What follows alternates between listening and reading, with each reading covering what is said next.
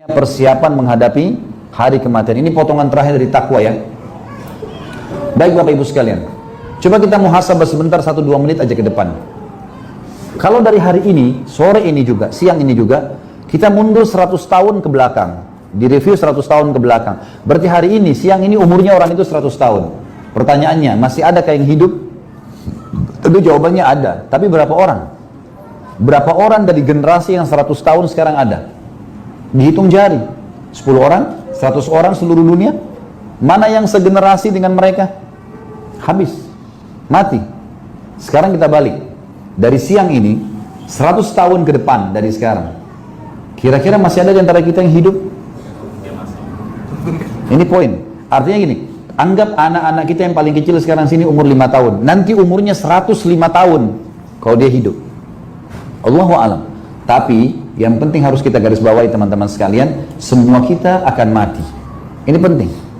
Dan mati disuruh dijadikan sebagai peringatan dalam agama kita, supaya jangan terus-menerus lalai. Terus-menerus buat masalah gitu ya. Saya mau cerita begini. Saya pernah di kota Makassar, di Sulawesi Selatan. Saya kebetulan lahir di sana dan ayah saya masih ada di sana. Keluarga semua di sana tentunya. Di kota Makassar ini saya pernah adakan tablik akbar besar, Masya Allah, yang hadir mungkin 2.000-3.000 orang waktu itu. Saya bicara masalah kematian 2 jam lebih.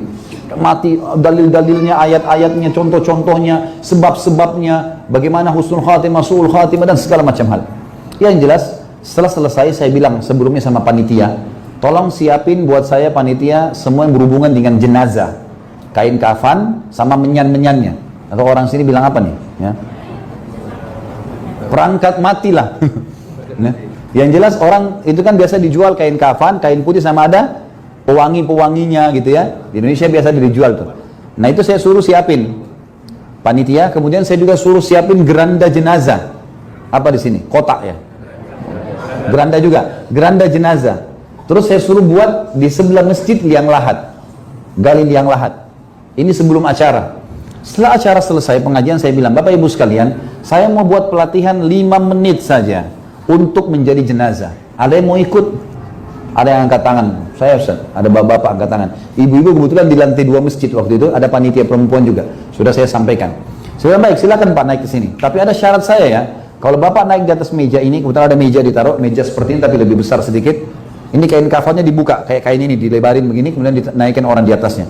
Saya bilang, nanti Bapak kalau naik ke sini, tutup matanya, kemudian bayangkan kalau Bapak sudah meninggal dan renungi apa yang saya ucapkan. Yang semua saya ucapin renungi baik-baik. Bisa? Bisa Ustaz. Baik ibu yang di atas bisa? Bisa. Waktu itu ada seorang ibu ikut di atas gitu kan. Kemudian mulailah dia naik. Waktu dia naik, Bapak Ibu sekalian, dia naik, dia ini baring. Kebetulan kelihatannya orang ini bukan orang yang biasa ikut pengajian, orang yang tumben ikut, memang apa ya? Kebetulan ikut di situ. Masuklah dia ke pengajian ini, kelihatan dari penampilannya kayaknya orang yang masih bebas sekali gitu. Dia naik, kemudian dia duduk baring. Waktu dia baring, tutup matanya Pak ya? Iya tutup mata. Mulai panitia masuk lipatin kain kafannya nih. Sampai pas di wajahnya, begitu kesentuh pipinya, nangis orang itu. Sentuh pipinya langsung nangis dia. Nangis terisak-isak. Lalu saya bilang, Pak jangan buka matanya. Renungi, di masjid ini sekarang, suara hiruk-piruk yang ada, dari orang menangis, dari orang ketawa, karena ada orang juga yang menangis melihat kejadian itu. Dia terharu.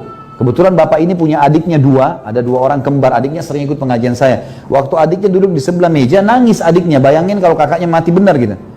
Yang jelas, saya bilang ini semua hiruk-piruk di masjid, orang ketawa, orang nangis, orang bicara, ini hiruk-piruk di rumah Anda pada saat Anda meninggal. Dan Anda tidak bisa protes, nggak bisa bilang jangan ribut, ini, sudah meninggal.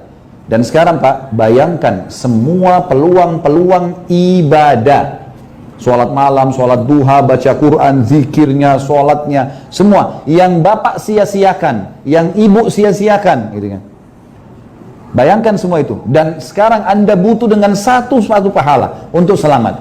Anda menyesal sekarang. Dan yang kedua, bayangkan sebaliknya. Semua peluang-peluang dosa yang Anda tidak pernah sia-siakan. Ada kesempatan dusta-dusta, ada kesempatan curi-curi, ada kesempatan zina-zina.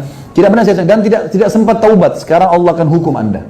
Itu Bapak Ibu sekalian, dia nangis-nangis Bapak ini. Terus saya bilang, Pak sebentar lagi kami akan angkat badannya Bapak ke geranda jenazah. Diangkatlah, Bapak tutup mata tetap rasakan. Kebetulan ibunya kita nggak coba tuh, ibunya ada di atas, yang bapak ini saja. Diangkat di geranda, lalu saya bilang, resapi pak ya, tubuhnya sekarang kesentuh dengan besi-besi geranda ini. Kami akan bawa sekarang anda ke liang lahat sebelah masjid.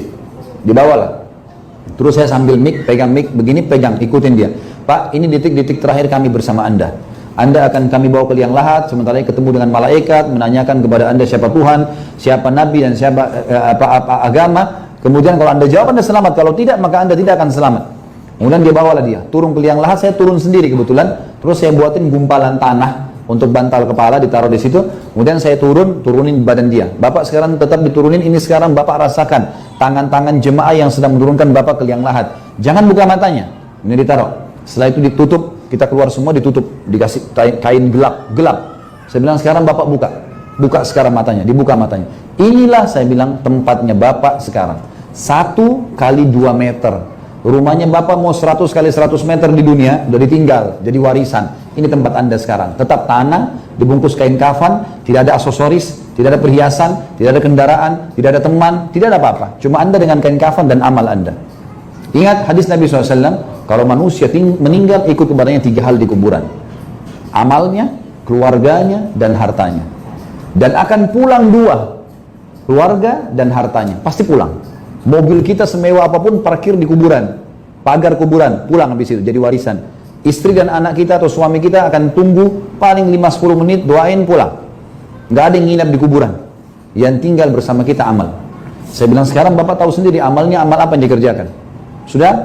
Buka kainnya, keluarkan. Itu waktu dia keluar dari kuburan, bapak ibu sekalian, dari liang lahat itu, sempoyongan, orang Indonesia bilang. Ngerti ya?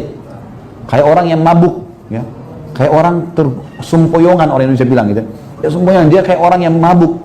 Terus dia sampai saya pegang, teman juga satu orang pegang, bawa ke masjid. Masuk ke masjid, lalu saya kasih mic.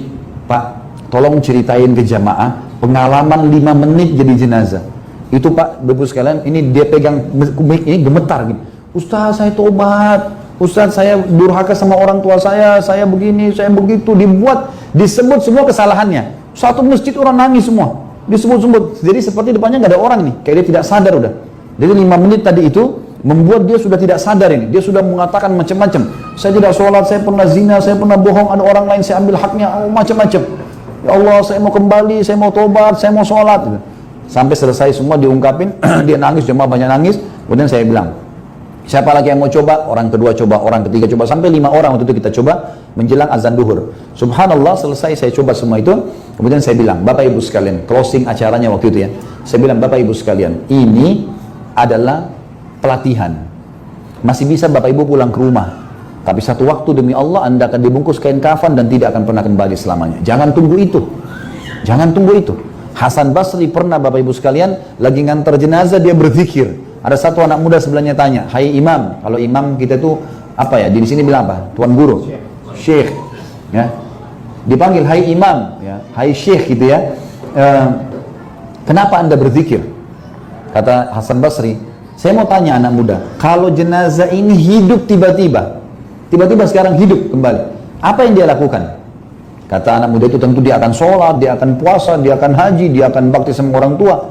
Apakah dia akan bermaksiat sama Allah? Kata anak muda ini, nggak mungkin, karena dia sudah tahu kalau sudah mati bisa masuk neraka. Kata Hasan Basri, yang kau ucapin benar, tapi yakinlah jenazah ini tidak akan pernah hidup selamanya. Mustahil udah hidup kemana. Tapi jadikan diri kamu seakan-akan jenazah ini Allah hidupkan dan masih bisa untuk beribadah. Makanya saya berzikir, karena saya tiba-tiba berpikir kalau jenazah ini sudah tidak bisa berzikir, maka saya gunakan waktu untuk berzikir. Oleh karena itu Bapak Ibu sekalian, jangan selalu bangga dengan harta yang banyak, pekerjaan yang bagus atau badan yang sehat. Sebab mati kalau datang terputus semua tuh. Terputus semua. Jadi harus kita hati-hati.